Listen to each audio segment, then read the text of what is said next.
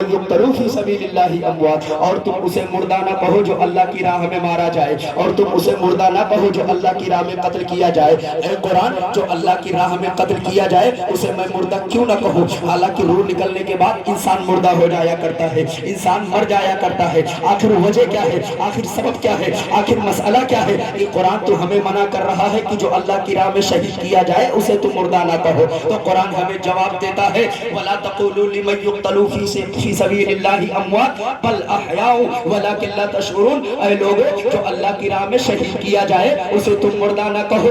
क्यों मुर्दा ना कहो? बल्कि वो जिंदा है, उन्हें तुम उनकी जिंदगी का तुम्हें शऊर नहीं है।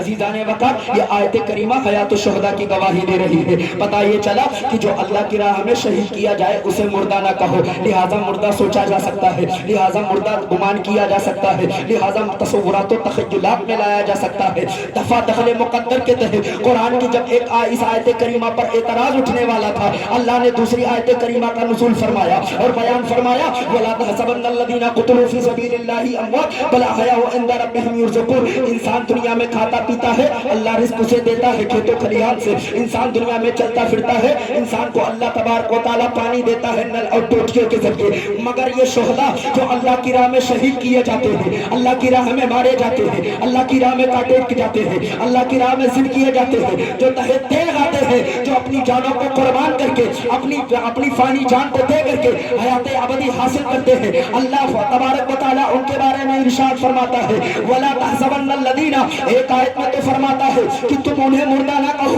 मगर दूसरी आयत में अल्लाह फरमाता है, वला तहसबन्नल्लज़ीना क़ुतिलू फ़ी सबीलिल्लाहि अमवात। अरे मुर्दा कहना तो दरकिनार, जो अल्लाह की राह में शहीद किया जाए उसे तुम मुर्दा गुमान भी ना करो, बल अहयाउ इंदा रब्बिहिम युरज़क़ून। बल्कि वो जिंदा है और अपने रब के पास से उन्हें रिज़्क़ दिया जाता है। पता चला मुसलमानों, जो अल्लाह की राह में शहीद किया जाता है, हम और आप उसकी जिंदगी को समझ नहीं सकते, इसलिए कि शहादत ऐसी चीज है जब बंदे मोमिन अपने आप को रब की बारगाह में पेश करता है, एक ही आन में, एक ही जस्त में परवरदिगार आलम की बारगाह में पहुंचकर कुर्बे इलाही हासिल कर लिया करता है। इसीलिए तो मेरे इमाम कहते हैं, तू जिंदा है वल्लाह, तू जिंदा है वल्लाह, मेरे चश्मे आलम से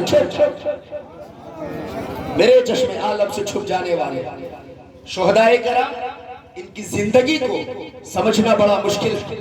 इंसान पूरी जिंदगी इबादत करता है, पूरी जिंदगी रियाजत करता है, पूरी जिंदगी अल्लाह की बंदगी करता है, इसलिए कि परवरदिगार आलम का कुर्ब हासिल कर ले, इसलिए कि परवरदिगार आलम का मुकर्रब बंदा बन जाए।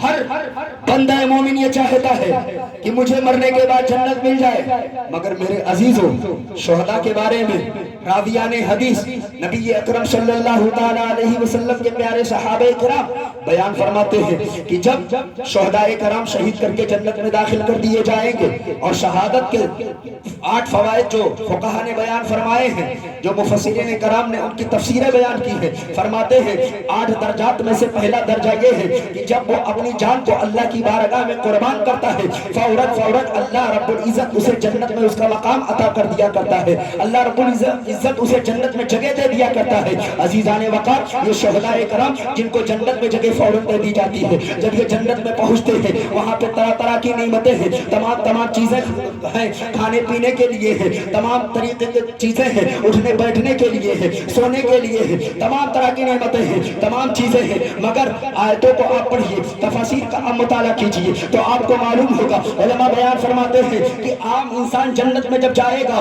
दोबारा जन्नत से निकाला ना जाएगा, मगर शुहदा जन्नत में जाएंगे। आम इंसान जाएगा, दुनिया में जिन चीजों को तसव्वुरात में नहीं ला सकता है वो चीजें जन्नत में मौजूद हैं, वो चीजें जन्नत के अंदर पाई जाती है जिनको ख्याल में भी नहीं ला सकता है, वो चीजें जन्नत के अंदर मौजूद हैं। मगर शुहदा जब जन्नत के अंदर जाएंगे, परवरदिगार आलम उनसे पूछेगा, ऐ मेरे बंदो, तुमने तरह तरह की नेमतें ले ली है, ऐ मेरे बंदो, तुमने तरह तरह की चीजों को खा लिया है, बताओ मेरे जन्नत में किसी चीज की कमी है? शुहदा कहेंगे, ऐ परवरदिगार आलम, मुझे जन्नत में तेरी कोई लज्जत नहीं है, मुझे जन्नत में कोई मजे नहीं है। परवरदिगार आलम इरशाद फरमाएगा, ऐ मेरे बंदे, ऐ शुहदाए कराम, तुम जरा ये तो बताओ आखिर जन्नत में मेरे किस चीज की कमी है? क्या हूर व गिलमान की कमी है? क्या खाने पीने की किसी चीज की कमी है? क्या सोने बैठने उठने की कोई चीज किसी चीज की कमी है? परवरदिगार आलम जब इतना इरशाद फरमाएगा, हुक्म रब्बी होगा, शुहदाए कराम रब की बारगाह में अर्ज़ गुज़ार होंगे, ऐ परवरदिगार आलम, तेरे जन्नत में किसी चीज की कमी नहीं है, मगर वो लज्जत जो وقت میدان کارزار میں شہید ہوتے وقت میں تلوار کے آنے کے وقت جو شہادت کے وقت مجھے لذت ملی تھی، اے پروردگار عالم تیرے جنت میں بھی وہ لذت کو میں نہیں پاتا ہوں۔ میری خواہش یہ ہے کہ دنیا میں تو مجھے 1000 مرتبہ بھیجے اور تیری رضا کے لیے، تیرے رسول کی رضا کے لیے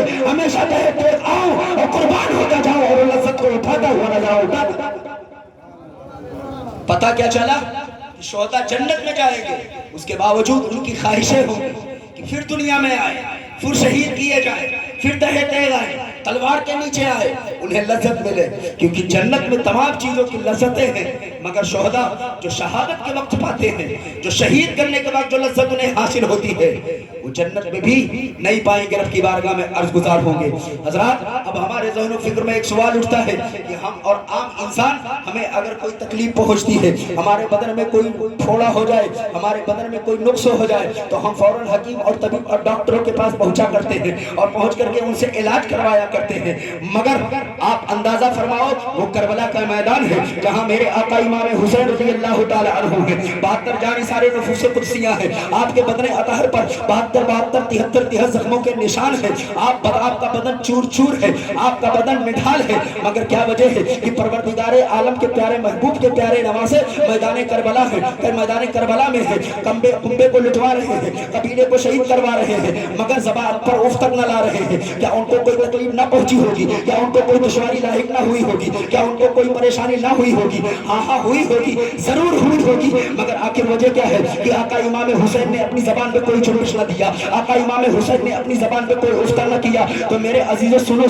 دنیا کا عالم یہ ہے، اگر انسان کو کوئی بیماری ہو جائے، آپریشن کروانا ہے، چیرا لگوانا ہے، ڈاکٹر کے پاس جاتا ہے، حکیم کے پاس پہنچتا ہے، طبیب اسے یا تو انجیکشن بھی ہوشی کے دے دیا کرتا ہے، اب اس کے بدن کو کاٹا جا رہا ہے، کوئی تکلیف نہیں ہو رہی ہے، اب اس کے بدن کو کم سن کا انجیکشن ایک ٹیبلٹ دے دیا